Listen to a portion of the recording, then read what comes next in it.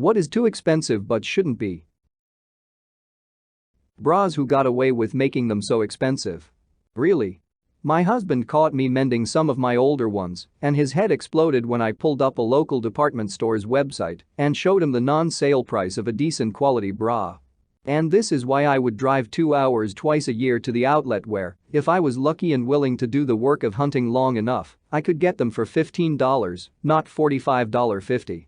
But the outlet closed last year, and now I'm figuring out my underwear budget all over again. In the meantime, I mend.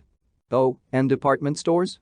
Buy one full price get one 50% off is not my idea of a sale. Take 30 to 40% off one bra. Otherwise it's still too goddamn much. Always check places like Ross, Gabe's, Burlington, etc. for these things. Even Kohl's has a clearance section for them, and they can be around $15.17 a piece. My girlfriend has recently started buying on Poshmark and can get a brand new pair she likes for around $15. These are great if you're a common size, but if you aren't a 34A 34D you're out of luck in these shops. The only time I've seen my size, it's a minimizer bra designed to make your boobs look smaller. Why TF would I want that? ADD is bras designed to make your chest look bigger, and anything after DDD is designed to make it look smaller. Funerals. Or specifically just corpse disposal regardless of the funeral. Anyone can hold a funeral type event for free at a park or home. Honest question, what happens if you have a family member die and you technically can afford the services necessary, but it would put a significant financial strain on you? Can you just abandon all ties to a deceased person? That's an interesting question, so I googled it and learned something new in the process. Here's the key takeaway. If you simply can't come up with the money to pay for cremation or burial costs, you can sign a release form with your county coroner's office that says you can't afford to bury the family member. If you sign the release, the county and state will pitch in to either bury or cremate the body. The county may also offer you the option to claim the ashes for a fee. But if these also go unclaimed, they will bury the ashes in a common grave alongside other unclaimed ashes. As an alternative, they also suggested donating the body to science as that would be a cost-free option. Ticketmaster fees. All these ticketing site fees are out of control really. Those service fees. Fees in general. If you can't avoid the fee, then it's part of the price and should be included in the advertised price. Resort fees are the same. It's literally such BS like I've seen a $20 ticket become a $80 ticket BC of fees. Dental work. I started the process of getting a dental implant. I got the tooth pulled and the screw placed. After that I switched employers. Old employers' dental coverage was through the same company as the new employers. When it came time to put the crown on, insurance wouldn't cover that part because they had a missing tooth clause. So, that last step will be entirely my responsibility. Insurance in the US is pretty fucked. Try to get your work done at a dental school. I've done this in San Antonio in 2012 because I needed multiple fillings and had an infected tooth.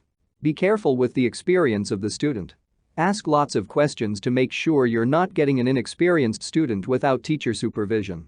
Be ready to be there all day for anything you're getting done. When I went, you had to come in for an intake app to see if you qualified to have work done by the dental program. They made you fill out a ton of paperwork, get x-rays, get examined by a teacher, and then you were put in a lottery to be called if you were accepted to the program.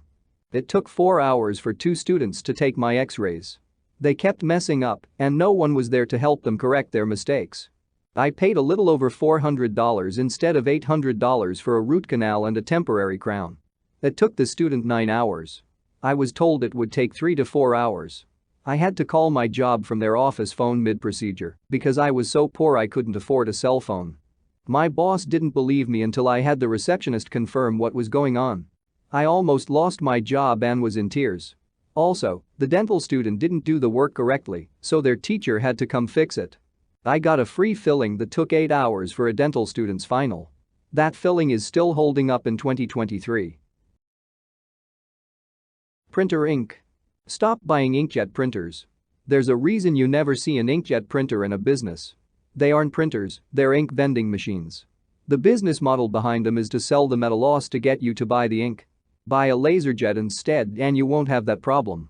It really is a racket. Once you go up to the big printers, over 18 width, ink starts to get much cheaper. Figure like $80 for a quarter liter, compared to $40 for maybe 10 milliliters for a home inkjet.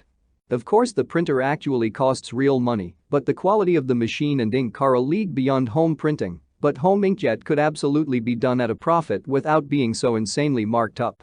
While there is a certain amount of gouging, there is also the fact that inkjet printing is just never going to be economical outside of a business setting where they print every day and in large volumes. So many resources are wasted trying to keep the jets unclogged and the ink from drying out. Honestly, nowadays, how many documents do you print each month? Because 10 years ago I'd answer a dozen or two, but nowadays I'll print a few documents a year at most. Almost everything can be done digitally now. If you live in a city, at least in Europe, it's simply easier to go to a copy center than owning a printer. Food. I swear everything went up 30 to 100% in the last 6 months. Cost of eggs doubled in 1 year. The pasta that I used to buy for $1 is now $3.19. Before COVID I used to buy veggie hot dogs for $3.99 for a pack of 4. Same package now $7.99. Insulin and EpiPens. The amount of Americans in this thread stating healthcare is not surprising, but is still pretty eye-opening. UK-based Redditors should look at this and understand why NHS staff are so aggressive in trying to save the NHS right now. Don't worry, the British public will vote the NHS away one Tory government at a time. Then they'll turn around and do a shocked Pikachu just like they did with Brexit. Exactly this. Tories have been in power for what, 12 years now? The waiting lists have grown rapidly, and I work in an NHS hospital. They are now selling private appointments in NHS hospitals. This isn't being heavily advertised yet, but it's part of the Tories' plan.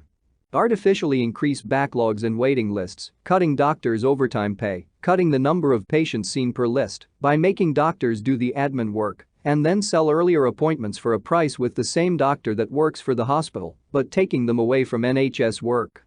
Increasing backlogs more to take on these now private patients. Adoption process overall. I agree there should be checks etc. The process itself is difficult and draining between legal fees etc. My young son said, "Why is it so expensive to do something good?" He had a point. There's a longer story here, but when my wife and I were dating, she would regularly babysit a child whose parents were crackheads, so the grandmother was the legal guardian. Every time she watched the baby, it was for a longer and longer amount of time, until eventually, the grandmother just never came to pick the baby up again. My wife had basically became this baby's mother at this point and decided to see about adopting her. The grandmother agreed it was for the best, and even though I don't think the parents had much say in the matter, they didn't care either.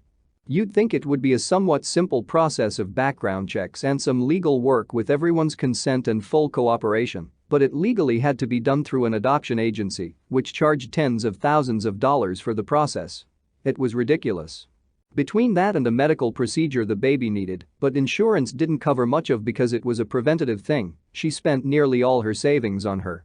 We have financially rebounded since then, and she is living a happy, healthy life now, but it all felt so unnecessarily expensive just to get this one baby into a better situation. There are many potential parents out there who simply couldn't have afforded what we had to go through to make this happen, and it really sucks. Wow. That is a long, stressful situation. These are the type of stories I mean. Like you wanted to give this baby a good life, they deserve it sounds so straightforward, but everything else was so difficult. A lot of people would give up because of the stress or the lack of funds to be able to finalize it. Every child deserves a loving home. It shouldn't be that difficult.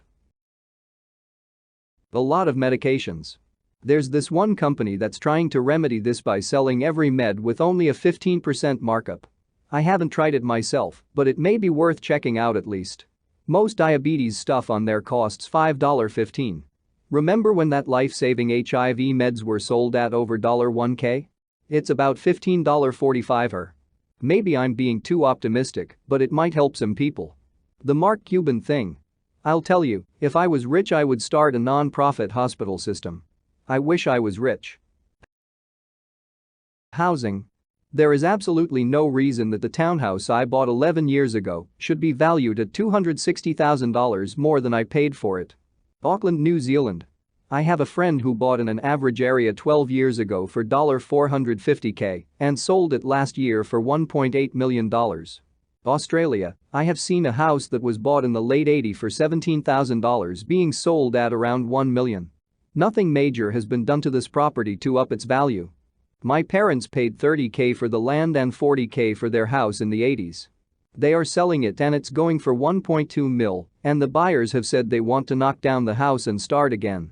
I honestly don't understand how we are supposed to keep up with these prices. It seems like it's either you inherit a house or you are fucked in many places because their prices are way beyond what a normal salary can pay for. Yet, it's also the salary disparity that's become absolutely bonkers in most major metro areas, especially in tech hubs. I live in a city that used to be extremely cheap, but it's now a tech hub, and as Google, Apple, startups, etc. have moved in, they've brought $100,000 plus average salaries with them and have brought the area's average HHI up significantly. This is one of the largest factors for housing skyrocketing in my area. A SWE with a $2.5 million house in the Bay Area and a $200,000 salary looks at similar houses here that are a third of the price and thinks it's dirt cheap.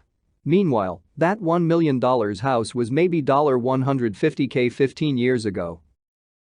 Thanks for watching. Don't forget to subscribe and turn on post notifications so you never miss a video.